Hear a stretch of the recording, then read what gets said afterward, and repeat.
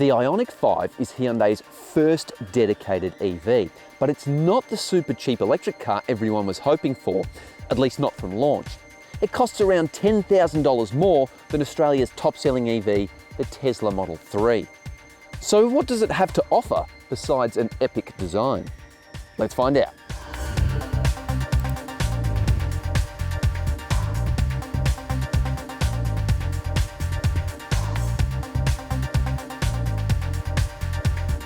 One model grade and two powertrains are offered, and here we're testing the more expensive dual motor model, setting you back more than $80,000 on the road, making it the most expensive Hyundai today.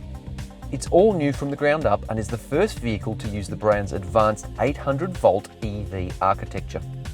Simply put, this is the first shot fired in the Korean brand's $25 billion EV assault, as the IONIQ sub-brand aims to become one of the top 3 global EV players. Yep, this is big business. Now have a look at this design. It's big, it's bold, and it's unlike anything else out there today. Well, except maybe the Honda E. Its boxy shape channels the 1980s in sensational style, taking inspiration from Hyundai's first mass-produced car, the Pony. Zoom in a little closer and you'll notice a number of really neat design features, starting with these flush-fitting powered door handles. There's also wheel arches that mimic the aperture of a camera lens, gorgeous 3D pixel LED headlights and indicators, and at the back of the car, the retro-themed cubist pixel LED lights continue. Despite its angular shape, it's supremely aerodynamic, helped along by active aero, which improves its overall driving range. Overall, I love the design. It's unusual, a bit cheeky, and tells the world you're driving an interesting EV without looking like a tryhard. There are single and dual motor variants offering rear drive and all-wheel drive respectively, with power pumping through a single speed reduction gear. Total cruising range is a little bit better for rear drive models at around 450 kilometers. Some clever future-proofing has gone into the car too, with 400-volt and 800-volt charging capabilities, the latter a first for a mainstream EV. Simply put, it means ultra-fast charging capability.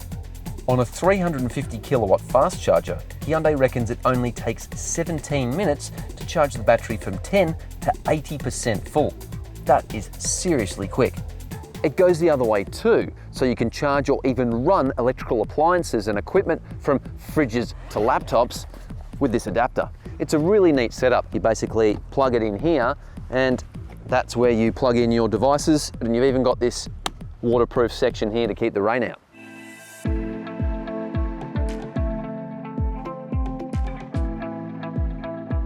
The IONIQ 5 cabin isn't as futuristic as I expected, but there is plenty of wow factor. These dual LCD screens, that clean dashboard, and I love the blend of typical Hyundai practicality with some really funky design features. There's loads of room up front, and the 12-way power-adjustable heated and cooled front seats are nice and comfy. The eco-leather seat upholstery is supple and sustainable, partly made from recycled plastic bottles and wool. Just don't ask about the rare earth materials in the battery.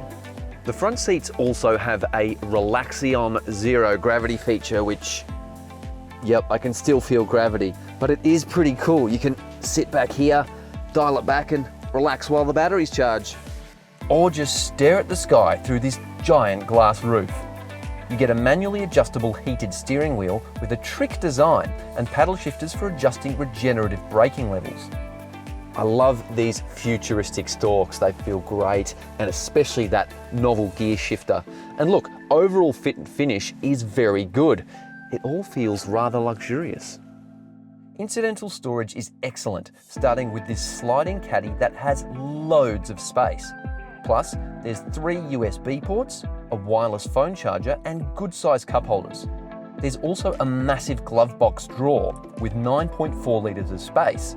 There's another central cubby that's a bit hard to reach, plus good-sized door pockets. Twin 12.3-inch LCD screens are covered by a single glass pane, and they look fantastic. I like the white backing, the thin border, and they dominate that low dashboard. But I'm a bit disappointed you don't get the augmented reality head-up display offered in Korea. That said, the driver display is very comprehensive. As well as a digital speedometer and 3 drive modes, there are power and charge gauges, plus energy flow and remaining range displays. The central touchscreen looks fantastic and has one of the most intuitive menu systems I've ever used.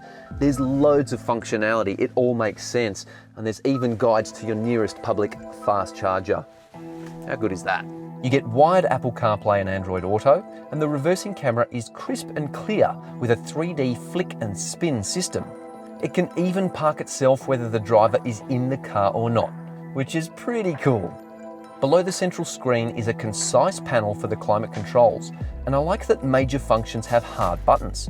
You also get smart vents, auto defogging, and auto dehumidifying, which is a nice touch. The EV comes with all the safety features you'd expect, including 7 airbags and the inclusion of a junction crossing function that looks both ways if you forget to. A blind spot live feed is also a great safety feature, and one that few other cars offer at the moment. Except for headroom, this midsize SUV has loads of space back here. There's a really nice sense of airiness, and that's because it's got that flat floor. There's no transmission tunnel here.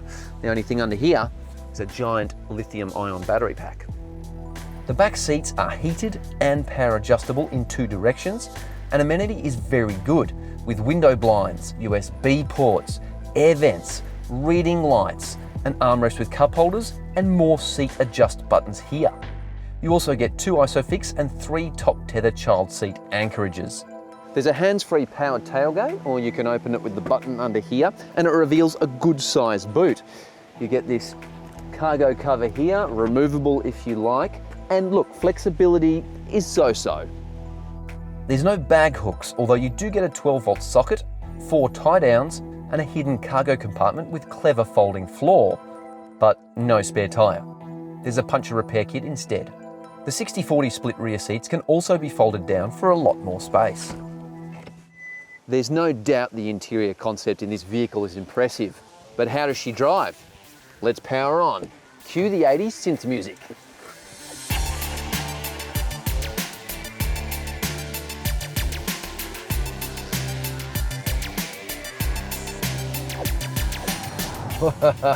Okay, this is slick. I will not lie.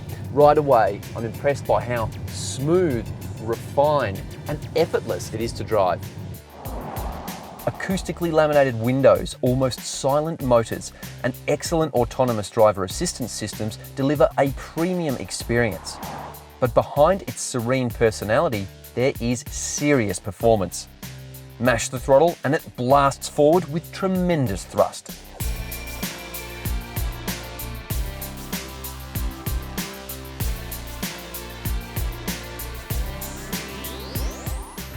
On paper, this twin-motor model doesn't make a whole lot of power, especially by today's standards, but the way in which it develops a high level of torque instantly and without having to rev makes it seriously rapid.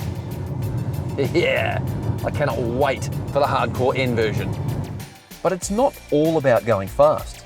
If you want to get the best range, you need to caress the accelerator pedal with tenderness, or engage the I-pedal mode, which dials up huge levels of regenerative braking, capable of stopping the car without even touching the brake pedal.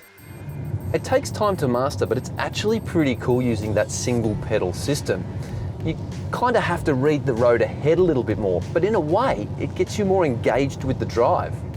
Hyundai claims this dual motor version is good for 430 kilometers, and during this test, we managed closer to 400 kilometers. But I must say, I was pushing the throttle pretty hard, and there was a lot of country driving in there too. If you're just doing city driving and you're not going too fast, you'll get really good mileage out of this. Handling dynamics are where EVs often struggle to match conventional cars. Their extra weight from the battery systems making them feel a bit doughy and lethargic in corners, and the IONIQ 5, well, it's no hot hatch, but neither does it pretend to be. It's an SUV and it fulfills that role very well.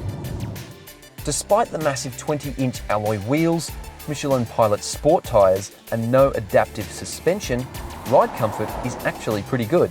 You feel some sharper bumps, but overall it glides pretty nicely on most road surfaces. The view out of the car is pretty good thanks to these large glass windows and that low dashboard. The only thing that would improve vision is a pair of digital wing mirrors, I reckon.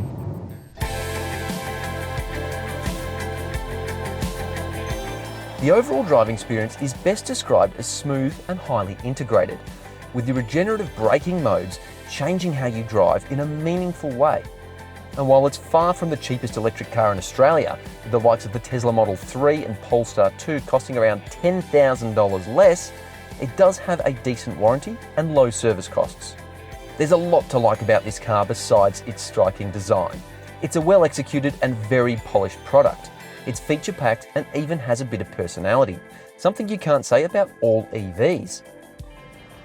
This is an undeniably cool car. It represents pretty good value for money, and it's got future-proof charging systems.